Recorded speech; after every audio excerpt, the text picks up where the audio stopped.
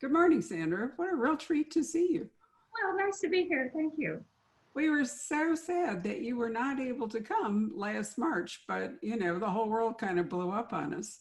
And that was for the publication of your most recent book, Westering Women. So since we didn't get to talk about it, maybe you could give us a few highlights of the book.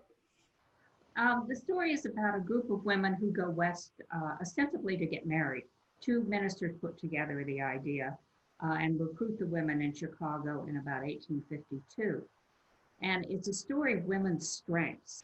The men, for various reasons, kind of drop out along the way, the teamsters and so on. And the women are left with running this wagon train by themselves.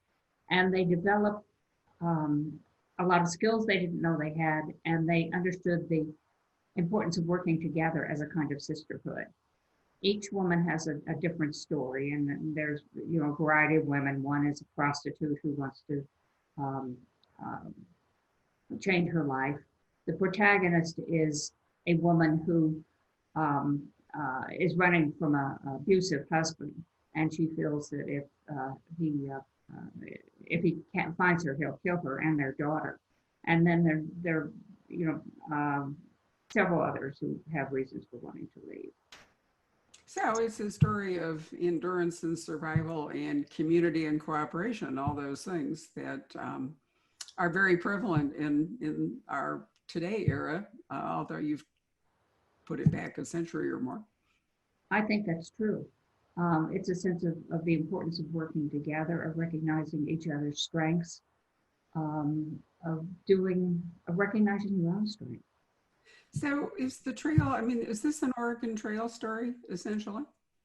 Not Oregon Trail, California Trail, but it's an Overland Trail story. And there are the usual things in it, dysentery, Indian attacks, but other things, lack of food, the horrible problems of getting through the Sierras in the winter when the storms come. It's a long trip, it's a 6-month trip. It's a terrible trip. And the reason I asked is that we did an event with Douglas Preston for Old Bones, which revolves around the Donner Pass party, and learned from that the trail had a fork or a potential shortcut, which turned out to be a disaster for the Donner Party, to go through the Sierras in the winter. So I've kind of paid attention to it. And traveling in Colorado, you can go across parts of the trails, but I can't remember if they're mostly the Oregon Trail or if they're mostly the California trails. Um, the trail split off in Wyoming or Utah. One of the problems was nobody knew where they were going.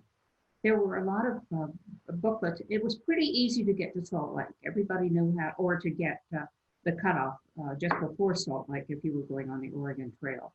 It was from then on, there were cutoffs that were dangerous. Some were actually promoted by people who had trading posts and they wanted the pioneers to go and buy supplies from them. So they encouraged them on some of these bad bypasses. Um, but beyond that, they simply didn't know. They had an idea of what the trail was, but they didn't always know what it was. So there was a lot of backing up and moving forward and finding another way. And then once they got to California desert, they pretty much knew where they were going. But again, it was so difficult. And the deaths on the Overland Trail, I don't remember the figure, but it seems to me like 10% of the people who went west died. And of course, the women walked pregnant, or else they were nursing children. Enormous number of women, something like 1 in 4 was pregnant during that trip. Yes, I know that no medical care, whatever, will be so hard.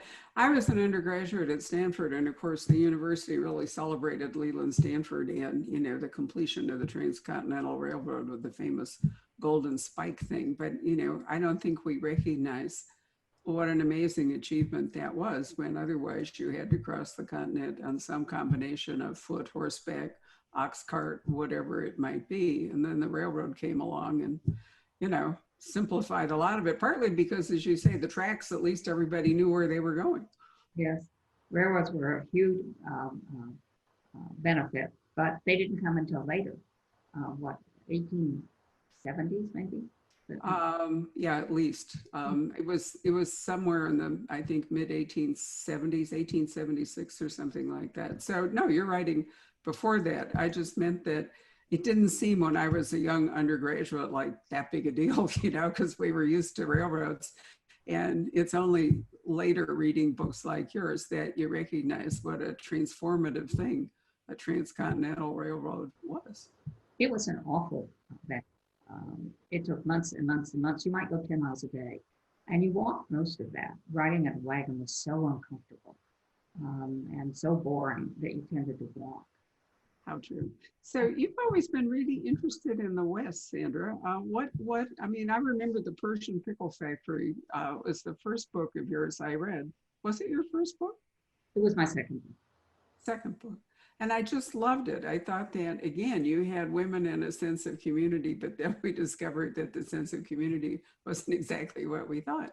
And then you've written books set in like, a working girl's house in, where was it, New Mexico somewhere? I mean, why are you so fascinated with setting novels in the West? Because I'm Western. I was born in Virginia, but I moved to Denver when I was 6. I tried to write a book, New Mercies, set in Natchez. I did write the book. I tried to write it from a Southern viewpoint.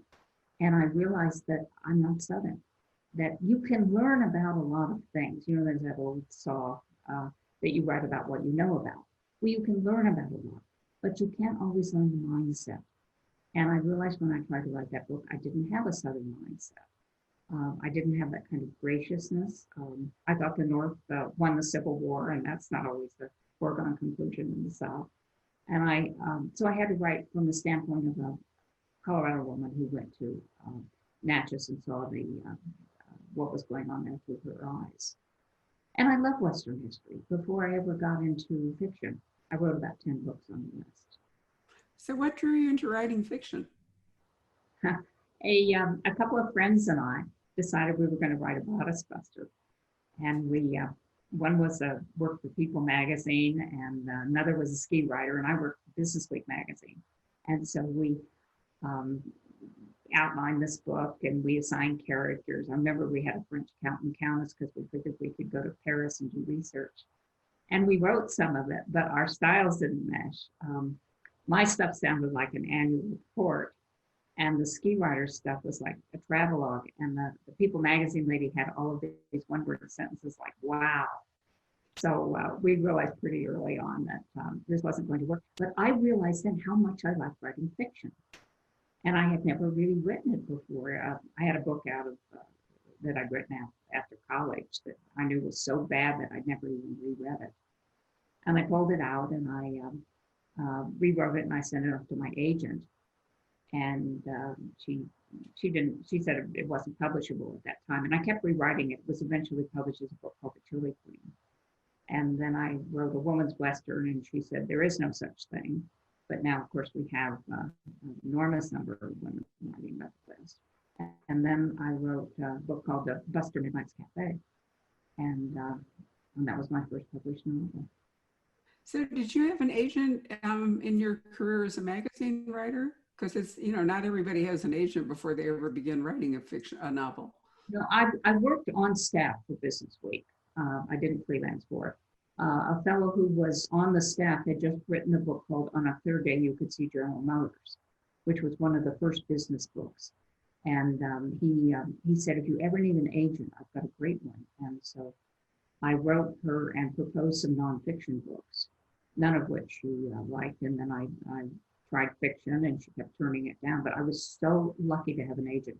I had no idea at the time how difficult it was to get an agent. And I've been with the same agency the whole time. It is extremely difficult. It's a question that is often asked at writing workshops about, how do I get an agent? Sometimes getting an agent is harder than actually finding a publisher.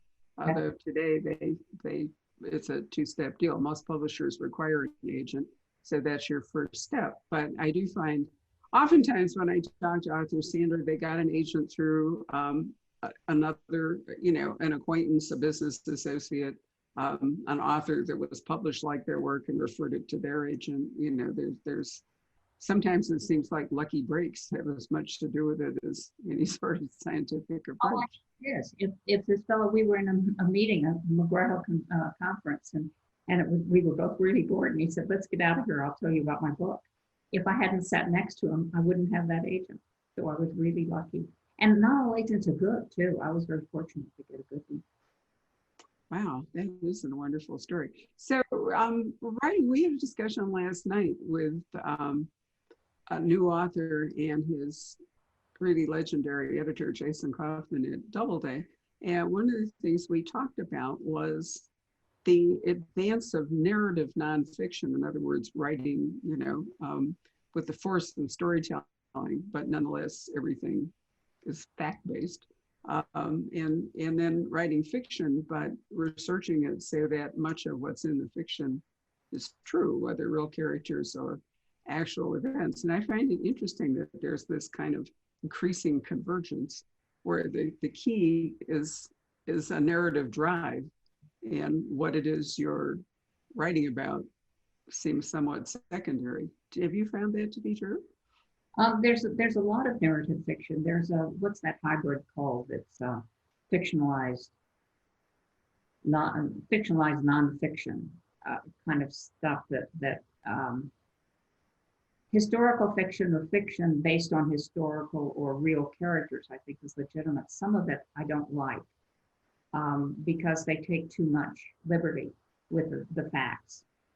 I think if you are writing about something that actually happened, if you're writing about an event that happened, you have to stay loyal to those facts.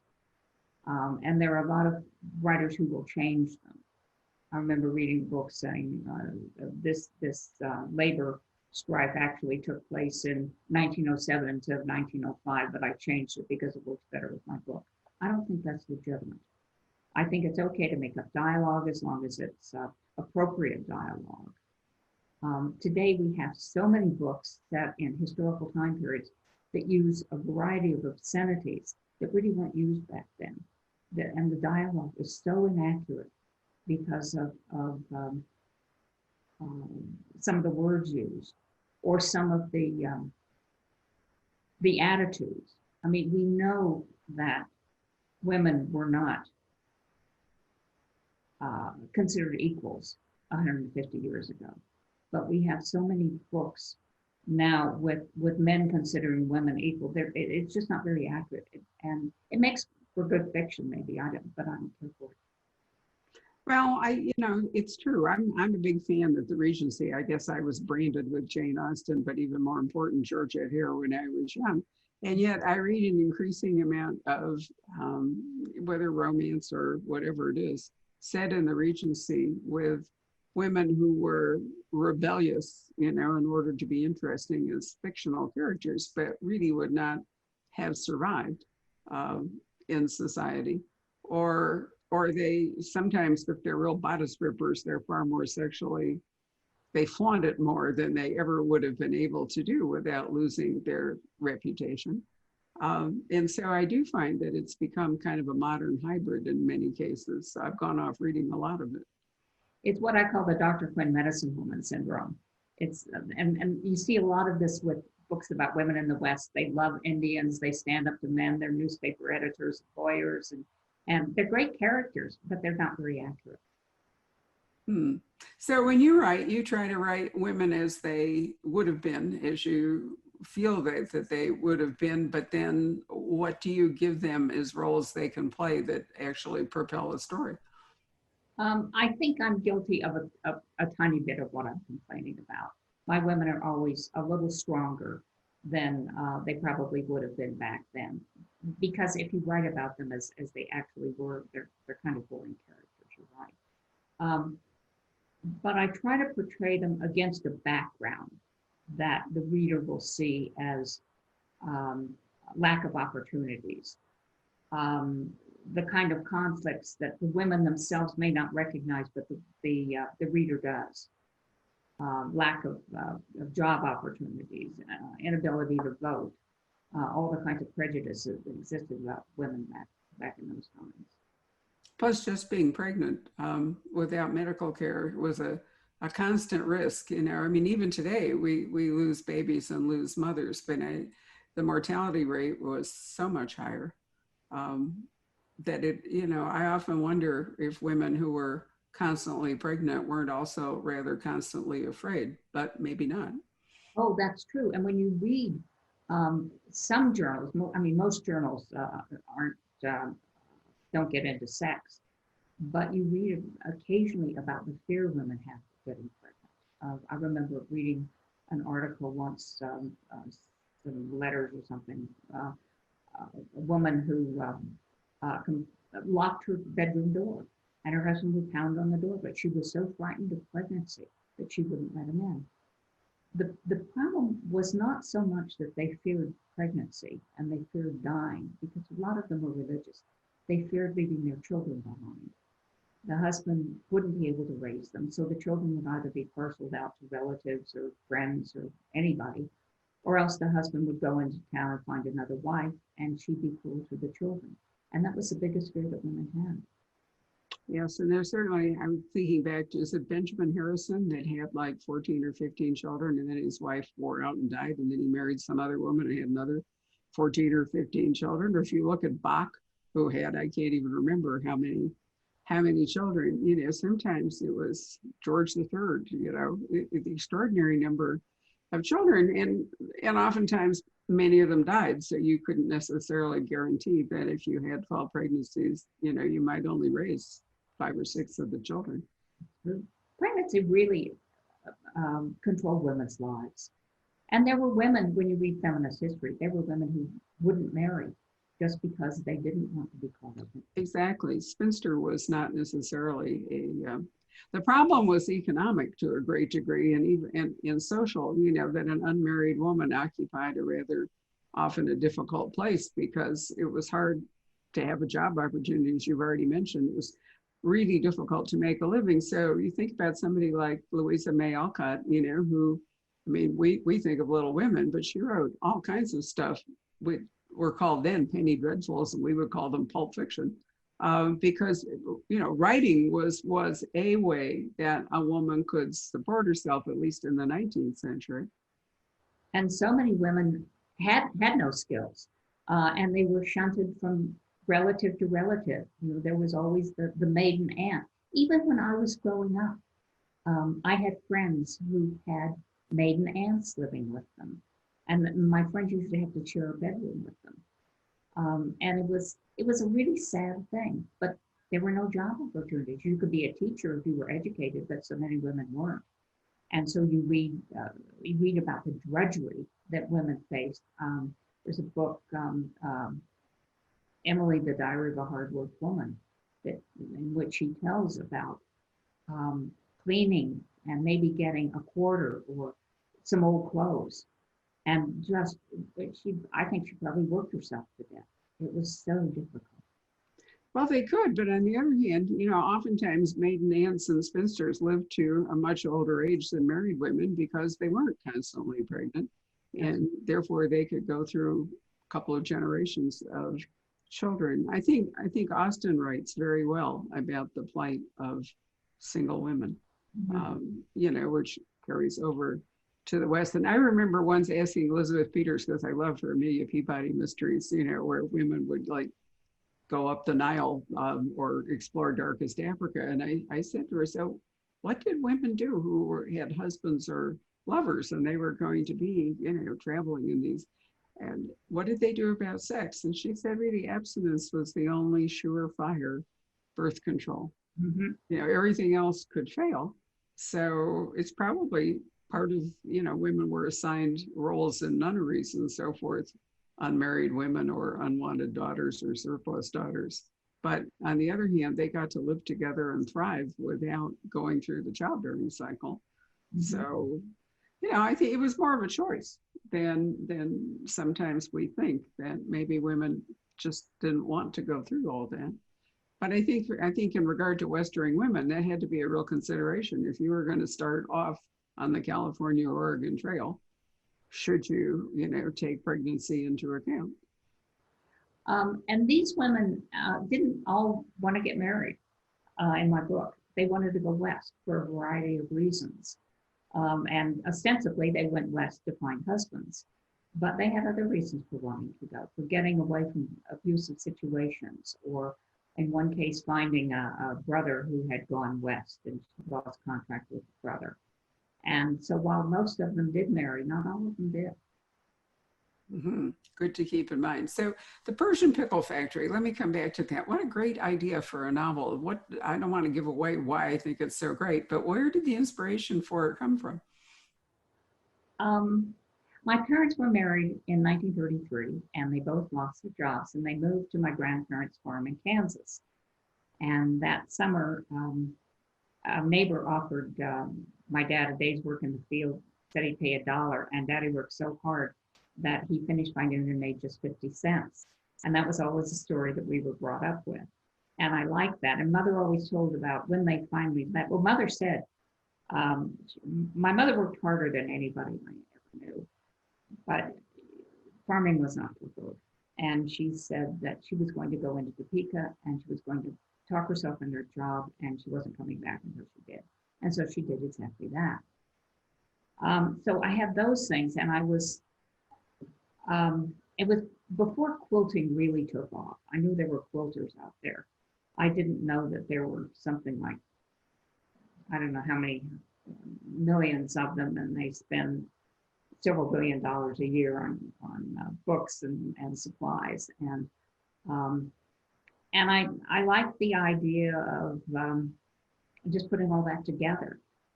I don't know where the idea for the plot came from. It just occurred to me. I was in the mountains sitting in a hammock, and my husband was doing all this work, and I thought, I have to come up with a plot to justify not doing anything. So I came up with a plot, and the first draft of the book was not very good. It was just one of the characters saying, let me show you my quilts. And my agent turned it down. And then I was talking to her later and said, I don't know what to write. And she said, why don't you pull out that quilt book and see if you can do anything with it? And so I read it and rewrote it. The original ending was really vague. The final ending was just somewhat vague. I love the way it ends up. In fact, I love the fact that the story you think you're reading is not necessarily the real story. I thought of you because on one trip driving around outside Durango, Colorado is in fact a quilting co-op or something, if you want to call it that, where it's a store that sells supplies and everything, but they also do classes. And they had some gorgeous quilts that were for sale. I fell in love with one, which is really too small for the king size bed, but I loved it so that I bought it to use it more like a throw or something. You know, you wouldn't sleep under it because it wasn't really big enough, but it could be decorative. And I had a terrible time talking the woman who'd made it into selling it to me because she liked using it for demonstration for her classes. But you know, there is a, what do I want to call it? Hobby seems a little too soft a word, but there are whole circuits of people with special interests everywhere you turn. I mean, there are dog show you know, and cat lovers, and there are quilters, and there are gardeners, and there are, you know, you just name it. And they're writing mysteries about every one of them.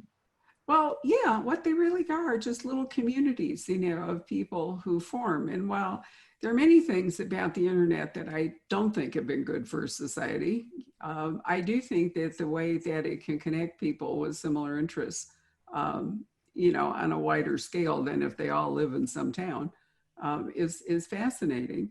And yes, mystery, lots of mysteries have picked up on these communities, you know, women who bake, or you know, sort of like the Great British Baking Show. I watched it accidentally once, and I thought, wow, the people were so weird that I didn't really want to spend time with them. But nonetheless, the length that these people go to like decorate a cake is so extraordinary. I mean, it's like Rodin at work, or you think of Michelangelo on his back or something, you know, painting the Sistine Chapel. I don't mean it rises to those heights, but the inspiration and the dedication that goes into making these things absolute works of art. It's just, I could hardly believe it. And that's true with quilting now. Traditionally, quilting was just a way of making bed covers that were pretty, putting artistry into it because women traditionally were not encouraged to be artists. And quilting was also a social activity for women. Women couldn't just get together and talk. They had to be doing something of value. And so they get together and quilt. And there was a kind of sisterhood that formed around quilting circle. And women would, one of the things that I did with the Persian Pickle Club, I don't know how to turn that off. Don't worry. Um, was that it was during the Depression, and women had a really rough time. They had to make everything um, work at home. Their husbands didn't have jobs, but they were the ones who kept the families going, who found money for food, and they understood each other. They didn't get a lot of credit for this, but the women understood each other. And over a quilting frame, they could talk about this. They could share their concerns and the things that bothered them and give each other support. We have in our dining room an 18th century quilt that is truly remarkable. I didn't think about taking a photo of it, but I'll send you one.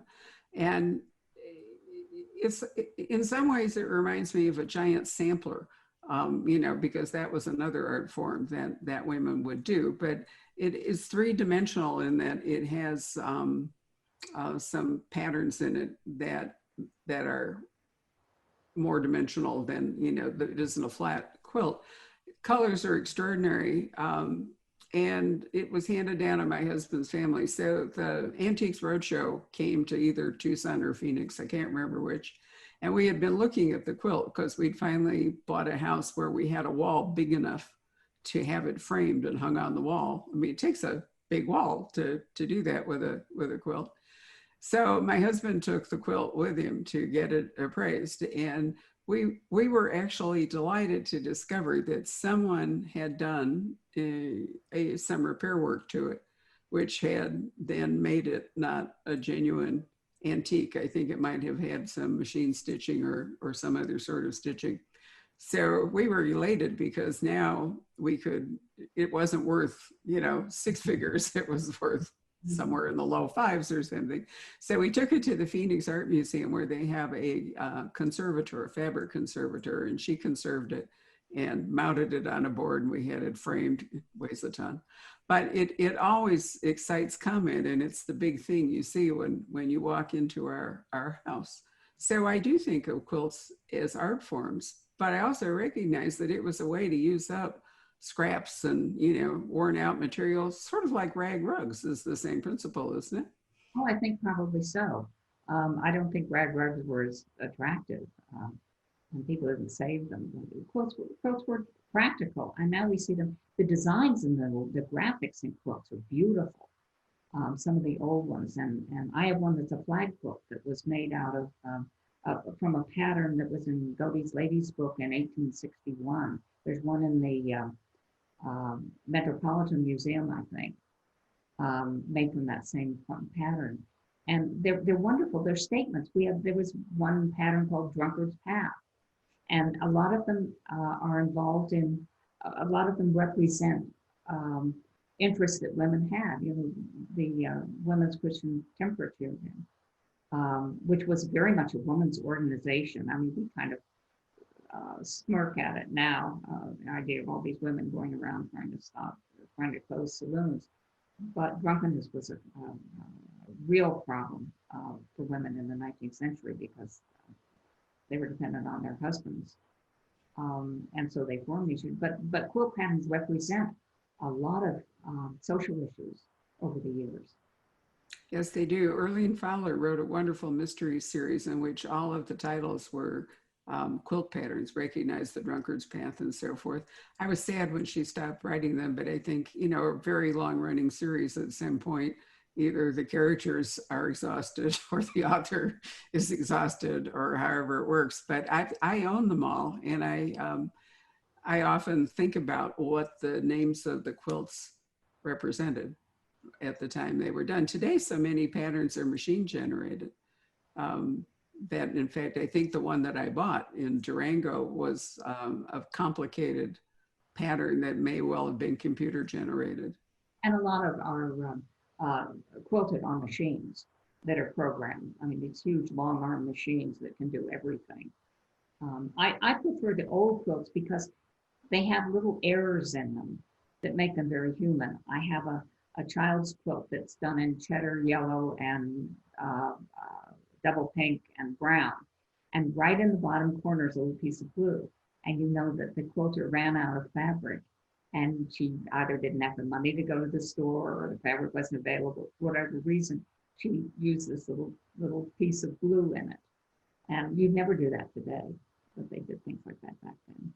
No, you wouldn't do it with a quilt, but that unfortunately happens with makeup. You find like a lipstick color you love, and then the manufacturer changes everything up, and you can't get it anymore. It's true with flooring, for example. We did some remodeling and was really annoyed to discover the wood floor that we had in one room that we couldn't get the wood anymore. So there is today it's a planned obsolescence rather than an accidental or we just ran out of it sort of obsolescence. It actually, I think, is a marketing contrivance, certainly in the cosmetic industry and perhaps in the home decor industry as well, which is frustrating. So what are you thinking of working on, Sandra? I'm of the theory that very few writers stop writing. That storytelling is kind of a compulsion. So even if you slow down, you're probably still thinking about what next. My agent has a book. She's presented actually a couple of books to St. Martin's, and I haven't heard anything about that, so I don't know what's happening there. Plotting is really hard for me, and I'm having trouble coming up with a plot. And I have to do it myself. Readers suggest plots a lot, but I've never picked up on one that anybody suggested, and I can't figure out what to write now. I was thinking for a while about doing something about the orphan train, but so much has been done about that I just don't want to get into that. And I just don't know what to write about. So I'll get an idea and start on it. But right now, and it's a great time to write because we're all quarantined from coronavirus. So we can't go out and do anything. But I just can't figure out what I want to do next.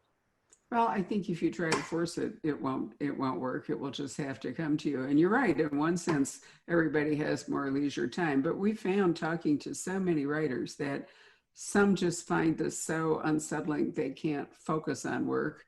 And others are in the bunker mentality, they're home and so they're doing extra work. I think we all react differently to the situation that we're in. It is. Although I think I write better in difficult times because it's a way of taking myself out of it. Well, my husband was so ill this year. I wrote a whole lot. I wrote every day. I spent all day at the hospital with him. But before I went, at like 7 a.m, I would write. And that was a very productive time. So I wish I could figure out what I'm going to do next, but I just don't know. Well, I'm sure you'll see your way forward. I'm so fond of your work. I'm always excited to see another novel by you. So I will hope that something seizes you. And I hope you'll be able to, to visit us in the future. I know that looking after your husband and the pandemic have coincided so that it's difficult for you to think about getting away, but who knows where we're going. Well, I'd love to be there. Great. Well, thank you for taking time to talk to me today. I really appreciate it and wish you well. Let me know if inspiration strikes so I can at least be heartened by the thought of Sandra at work. I will. Thank you. You're welcome. Bye. Bye. Hello. We hope you're enjoying our programs and podcasts with authors. We'd like to expand them, and your help would be appreciated. Please make a donation at poisonedpenfoundation.org. 100% of the proceeds will go to help connect authors with readers in this difficult time. Thank you.